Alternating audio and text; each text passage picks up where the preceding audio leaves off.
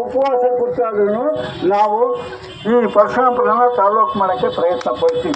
ತಾವೆಲ್ಲರೂ ಕೂಡ ಬೆಂಬಲ ಕೊಡಿ. ನಿಮ್ಮ ತಾಲೂಕು ವರ್ತಕರಿಗೆ, ಆಮೇಲೆ ರೈತರಿಗೆ, ಆಮೇಲೆ ಸರ್ಕಾರಿ ಕಚೇರಿಗಳಿಗೆ ಬರ್ತಕ್ಕಂಥ ಎಲ್ಲ ಹಳ್ಳಿಗಳಿಗೂ ಇದು ತುಂಬ ಸೌಲಭ್ಯಯುತವಾದ ತಾಲೂಕು ಆಗಲಿ ಅಂತ ನಾನು ಆಶೆ ಪಡ್ತೀನಿ.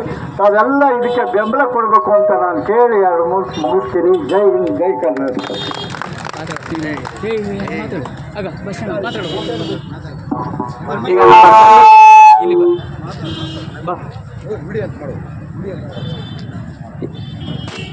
ಬಂಧುಗಳೇ, ಇವತ್ತು ಏನು ನಮ್ಮ ಪರಶುರಾಮಪುರ ರಾಜ್ಯದಲ್ಲಿ ಬಹುದೊಡ್ಡ ಹೋಬಳಿ ಕೇಂದ್ರ ಆಗಿದೆ.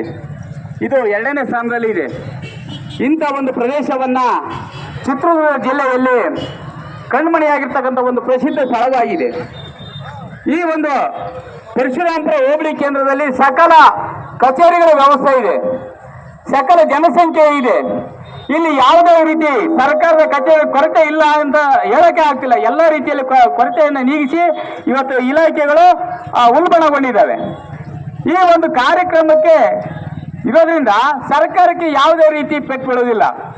ಹೊಸ ಏನು ಇಲಾಖೆಗಳನ್ನು ಸ್ಥಾಪಿಸಬೇಕಾದ್ರೆ ಹಲವು ಹಣ ಖರ್ಚಾಗ್ತಿತ್ತು. ಆದರೆ ಖರ್ಚು ಆಗದಂಥ ರೀತಿಯಲ್ಲಿ ನಮ್ಮ ಪರಶುರಾಮಪುರ ಹೋಬಳಿ ಕೇಂದ್ರದಲ್ಲಿ ಸಕಲ ಕಚೇರಿಗಳ ವ್ಯವಸ್ಥೆ ಇದೆ. ಸರ್ಕಾರಿ ನೌಕರಗಳು ಕೂಡ ಕೊರತೆ ಇಲ್ಲದಂತೆ ವ್ಯವಸ್ಥೆ ಇದೆ. ಇಂತಹ ಹೋಬಳಿ ಕೇಂದ್ರವನ್ನು ಸರ್ಕಾರ ಯಾಕೆ ಕಣ್ ತೆರೀತಾ ಇಲ್ಲ ಎಂದು ನಮ್ಮೆಲ್ಲರ ಒಂದು ಪ್ರಶ್ನೆ ಆಗಿದೆ ಬಂಧುಗಳೇ.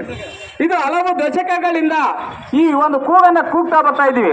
2000 ಸಾಲಿನಲ್ಲಿ ಎಸ್.ಎಂ. ಕೃಷ್ಣ ಮುಖ್ಯಮಂತ್ರಿ ಆದಂಥ ಸಂದರ್ಭದಲ್ಲಿ ನಮ್ಮ ಈಗಿನ ಜಿಲ್ಲಾ ಮಿನಿಸ್ಟರ್ ಆಗಿರ್ತಕ್ಕಂಥ ಡಿ. ಸುಧಾಕರ್ ಅವರ ನೇತೃತ್ವದಲ್ಲಿ